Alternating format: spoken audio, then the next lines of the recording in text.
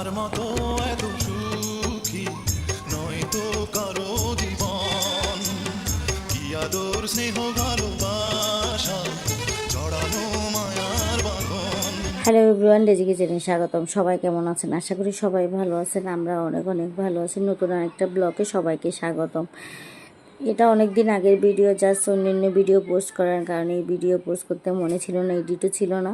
তো আমরা গ্রামের বাড়িতে গেলে সবসময় ঘোরাফেরা ওদের বাড়িতে যাই, কারণ আমার খুবই ভালো লাগে।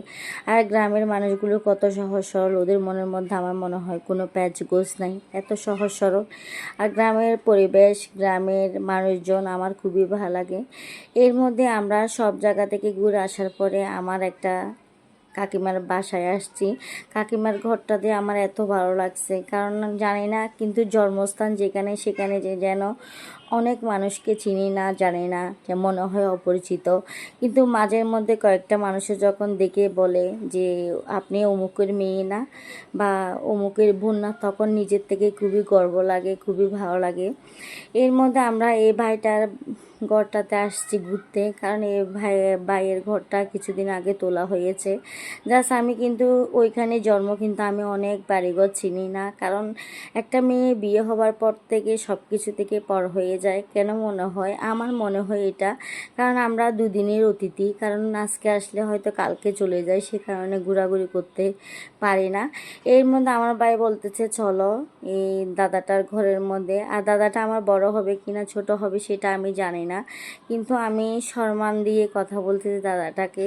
দাদা বলতেছি কিন্তু কাকিমাটা অনেক ভালো, কারণ কাকিমার সাথে কথা বলে মনে হয় আমরা দীর্ঘদিনের অনেক পরিচিত মানুষ। যেহেতু আমাদের দেশের মানুষ, হয়তো আমাদেরকে চিনে, আমরা চিনি না, কিন্তু কাকিমাকে মুখ দেখা দেখা চিনি, অনেক সময় দেখেছি। যখন কাকিমা শুনছে আমি বাবা লোকনাথের বোন বা রিঠুর বোন এরকম, তখন কাকিমা আমাদেরকে নাস্তা না খেয়ে আসতে দিচ্ছে না। তা আমরা ঘরটা ঘুরে ঘুরে দেখতেছি। আমার মনে হয় আমাদের পাড়ার মধ্যে এরকম সুন্দর ঘর তো কেউ তুলে নাই। আমার ঘরটা দেখে এত যে শান্তি লাগতেছে, এত যে ভালো লাগতেছে, সব কিছু খুবই ভালো লাগতেছে। এর মধ্যে আমরা বসে নাস্তা খাচ্ছি। কাকিমা বলতেছে নাস্তা না খেয়ে যাবে না, আমরা নাস্তা খেয়ে যাবে। এই কাকিমার জোর করে যখন এগুলো বলতেছে, আমরা দুষ্টামি করতেছি সবাইকে, এক একজন এক এক রকম করে বসে আছে। আমি সবাইকে বলতেছি কাকিমা এত জোর করে নাস্তা দিয়েছে, নাস্তাগুলো খাও। দাদা আমার এই ভিডিওটা দেখলে অবশ্যই কমেন্ট করে জানাবেন। কথা বলতে বলতে বিদায় নিচ্ছি। আপনারা সবাই সুস্থ থাকবেন, ভালো থাকবেন। সবাইকে নমস্কার, বাই বাই।